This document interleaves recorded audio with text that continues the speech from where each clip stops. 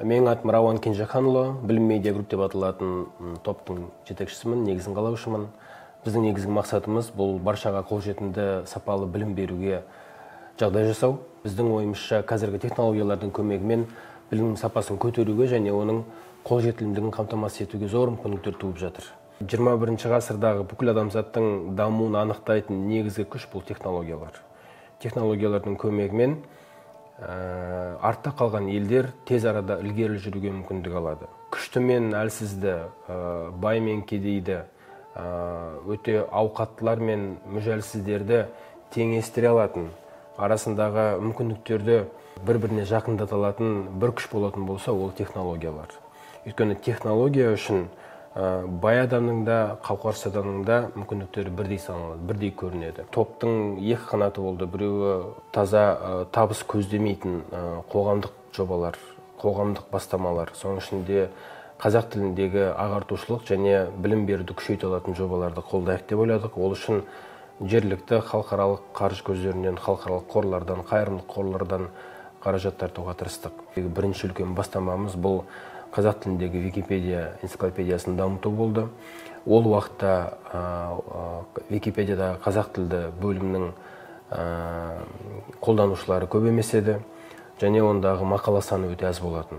Біз бастаған кезде қазақша Википедиядағы мақала саны 7000 ғана болатын керек еді. Себебі Википедияның ерекшелігі, қажет болса кереметтігі сол, бұл бір жерден басқарылатын редакциясы жоқ энциклопедия. Әр адам өзінің қалауынша, өзінің білуінше кіріп ішіне белгілі бір тақырыпқа мақала жаза алады, не болмаса бір мақалаларды дамытуға үлес қоса алады. Тілдің күші, тілдің болашағы сол тілде сөйлейтін ортаның қолында деген қағиданы іс жүзінде көрсете алатын платформа осы Википедия болып шықты. Сондықтан біздің жасағанымыз аудиторияларды аралап, орталарға барып, мектеп болсын, ғылыми орталықтар болсын, оқу орындары, жоғарғы оқу орындары, аудиторияларда осының қалай жұмыс істейтіндігін түсіндіргіміз келді. Соның арқасында Википедиядағы мақалалардың саны 2 жылдың ішінде 200 мыңнан асып кетті. Осы аударма жұмысының арқасында біз Википедиядағы қатар жүретін мақалаларды Google-ға аударуға мүмкіндік алдық. Соның арқасында Google аудармашы жүйесінде қазақ тілі пайда болды. Google Translate ағылшын тіліндегі, орысша Google переводчик деп барлығы біледі. Google-ға өтініш айттық, маған қазақ тілін қалай қоссақ болады деп сұрақ қойдық. Олар біз үшін қазақ тілі шағын тіл, біз оған өзіміз күш жұмсай алмаймыз деді. Онда соған қажетті күшті, қара жұмысты өзіміз жасауға дайын екенімізді айттық. Олар бізге қажетті құрал жасап берді. Google Translate Toolkit деп аталатын. Біз сол құрал арқылы қазақ және ағылшын тілдеріндегі аударма тексттерді тауып, сол жүйе арқылы Google-дың алгоритмін қазақ тіліне үйретуге тырыстық. 1,5 жылдай осы бағытта жұмыс істедік. Соның арқасында Google аудармашы жүйесінде қазақ тілі пайда болды. Оның сапасы қазір барған сайын артып келе жатыр. Одан кейінгі қадам мәтінді мәтінге аудару бізге аз болып көрінді. Енді дауысты аудармаға көшкіміз келді. Яғни сіз қазір Google аудармашының қосымшасын ашып, қазақша сөйлеп, ар жағында оны ағылшын тіліне аударуға мүмкіндік алдыңыз. Ол тек ағылшын тілі емес, көп тілдерді қамтиды.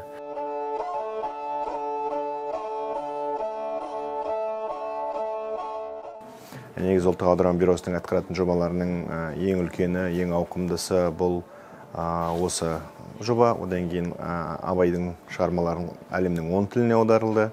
Одан басқа қазақ әдебиеті прозасы мен поэзиясы 2 томдық қазақ әдебиетінің антологиясы Біріккен ұлттар ұйымының 6 тіліне аударылып, 6000-ға жуық кітапханаға таратылды. Әлемнің 6000 жуық кітапханасына. Сосын Қазақстанның ашық кітапханасы деген жобасы бар, Кітап KZ деген. Бұл барлық қазақша шыққан, Қазақстанда шыққан және Қазақстан туралы шыққан кітаптардың цифрлық нұсқасын Кітап KZ-ке жинақтайды.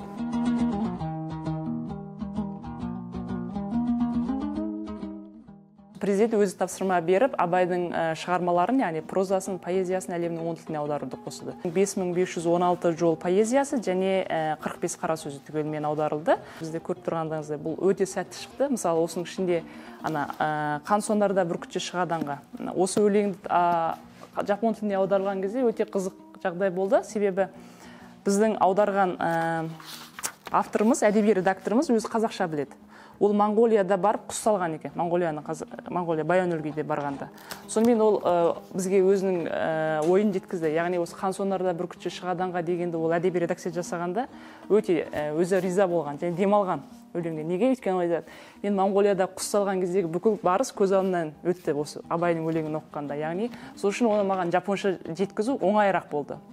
Сондай болды да. Сондай, яғни қазақ мәдениетіне, қазақ әдебиетіне қызығатын аудармашылар және бізде әріптестеріміз сондай болғандықтан, яғни зерттеп жүрген бұл әр тілдегі аудармасы сол тілде сәтті шықты деген сенімдеміз. Француз аудармашымыз өте жақсы болды, өте сәтті шықты және ол Францияда өте жақсы қабылданды деп оған сене алдық. Себебі сол жоба шыққаннан кейін, кітап Францияға тарағаннан кейін бізге Франция президентіне сондай алғыс хат келді. Сонымен бірге үлкен аударма жұмысы жүрді.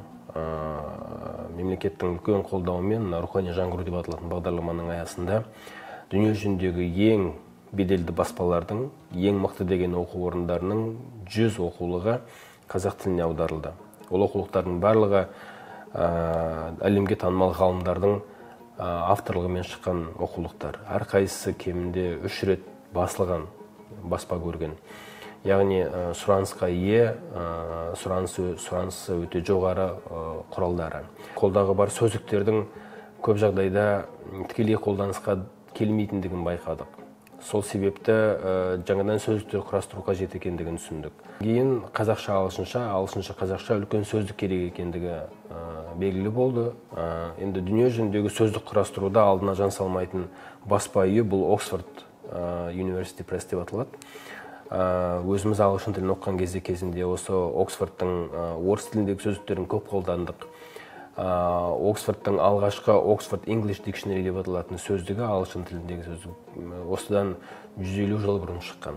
Сол себепті Оксфордқа өтініш айтып, біз сіздермен бірге Oxford Kazakh Dictionary деген атаумен қазақша, ағылшынша, қазақша сөздік құрастырғымыз келеді деп өтініш айттық. Олар біраз ойланып, біздің тәжірибені қарап, жасаған жұмысымызды қарап, соған қауқарымыз жете ме жоқ па, оны бағалап, аяғында келісім берді. Сонымен біз 4 жылда жұмыс істедік бірге. Қазір енді барлық аудармасы тек сөз емес сөз тіркестерін қамтып санаған кезде 500 миллионнан асып кетеді ішіндегі сөз тіркестері, олардың аудармалары. Ал енді таза сөз санайтын болсақ, 60 мыңдай сөз қамтылған өте көлемді үлкен сөздік шықты.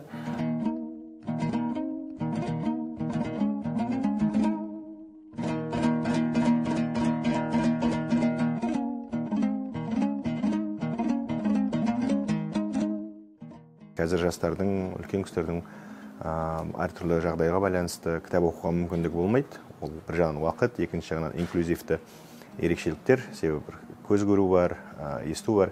Сондықтан аудио кітаптардың форматы қазір өте танымал. Қазақ әдебиетінің аудио хрестоматиясы деген үлкен жоба жасалды. Қазақтың ең мықты дикторлары мен жазушыларының даусымен ол кітаптардың бәрі дыбысталды. Кейбір шығармалар 2 дыбысқа, 2 диктордың даусымен жазылды. Егер көрген болсаңыздар, аялдамаларда, университеттерде, цондарда, аэропорттарда, QR кітапханалардың бір суреттерін көрген шығарсыздар. Бұл да біздің жасаған жобамыздың бірі. Астананың аялдамасында бұл білім берудегі жаңа технологияларды енгізу, яғни бала көз алдында сол шығармаларды көріп жүру керек. Сосын телефонмен кезілген шығарманы QR кодын түсіріп оқи беретіндей болуы мүмкін. Оның қосымшасында, егер интернет бар жерде көшіріп алсаңыз, кітапты интернет жоқ жерде оқи бересіз, немесе тыңдай бересіз аудио нұсқаны. Үлкен жоба сол.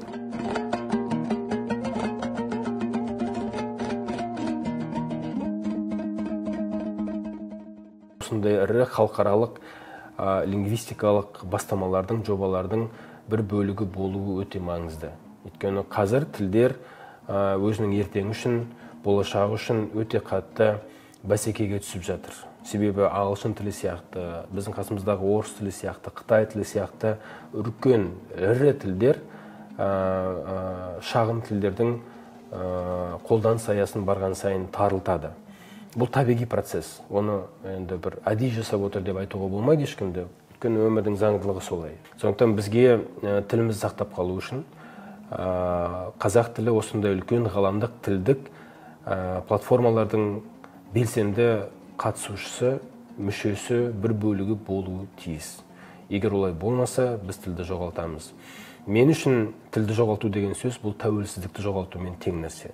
Себебі тіл болмаса ұлт жоқ, ал енді ұлт болмаса сол ұлтты құрайтын мемлекет болмай қалады.